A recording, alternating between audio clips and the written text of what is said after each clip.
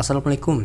Jadi pada video kali ini aku bakal share ke kalian pembahasan soal SKB 2004-2025 Formasi Penghulu Ahli Pertama yang tentunya udah sesuai sama peraturan materi pokok SKB tahun 2024. Nah, materinya sendiri ini resmi ya dikeluarkan oleh Menteri Pendayagunaan Aparatur Negara atau PRB pada tanggal 4 November tahun 2024 yang lalu.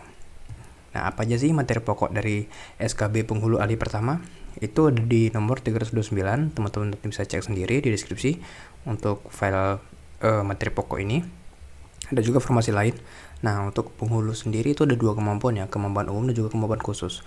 Untuk kemampuan umum itu banyak tentang peraturan, undang-undang, pengertian, dan juga sampai dengan ketentuan penggunaan tata bahasa dalam bahasa Arab dan Inggris. Sementara kemampuan khusus itu juga ada terkait undang-undang, tapi itu tentang perkawinan sampai dengan Permen Pan RB tentang penghulu gitu ya teman-teman.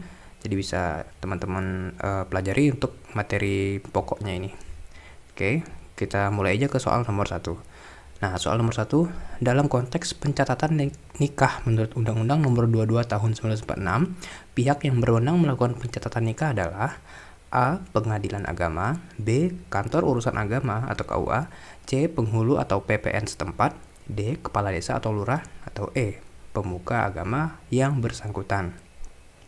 Nah, kira-kira pihak mana yang berwenang ya teman-teman? Jawabannya, kita lihat jawaban nomor 1.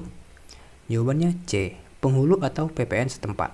Nah, jadi berdasarkan Undang-Undang Nomor 22 Tahun 1946, pencatatan nikah dilakukan oleh pegawai pencatatan nikah atau PPN yang biasanya merupakan penghulu di wilayah kantor urusan agama. Oke, pahami teman-teman, soal nomor 1 jawabannya C. Kita lanjut ke soal nomor 2. Soal nomor 2, dalam Undang-Undang Nomor 1 Tahun 1974, tujuan utama perkawinan adalah untuk A. Melanjutkan keturunan dalam suatu keluarga yang sah, B. Memenuhi hak dan kewajiban pasangan suami istri, C. Membentuk keluarga yang bahagia dan sejahtera, D. Menyempurnakan status sosial di masyarakat, atau E. Menjalin hubungan harmonis antar keluarga. Ya, kira-kira jawabannya mana ya teman-teman soal nomor 2? Kita lihat. Jawabannya C. Membentuk keluarga yang bahagia dan sejahtera.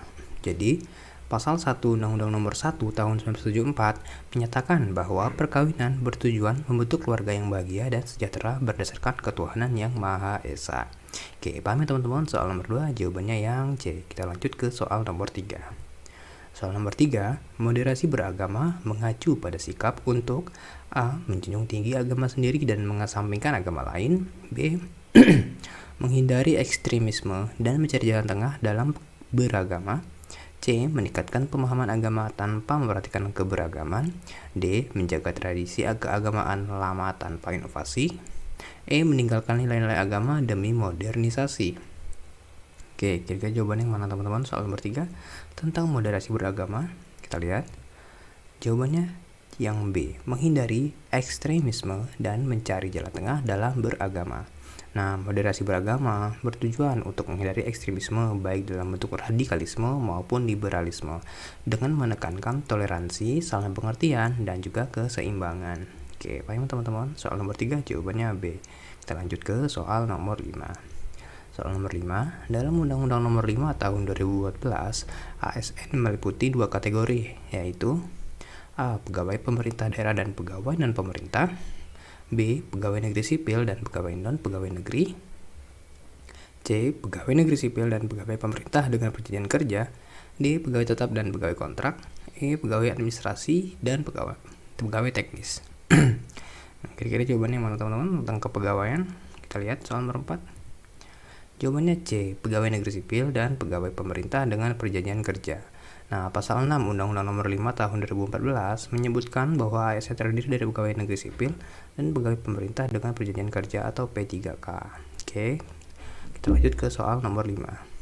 Soal nomor 5, struktur organisasi Kementerian Agama Republik Indonesia dari pusat hingga daerah mencakup A. Menteri Sekretariat dan Kantor Cabang Wilayah, B. Menteri Direktorat Jenderal dan Kantor Wilayah, C. Menteri Subdirektorat dan Kantor Wilayah, D. Menteri Kepala Dinas dan Kantor Kecamatan, atau E. Menteri Divisi Khusus dan Unit Pelaksana Teknis.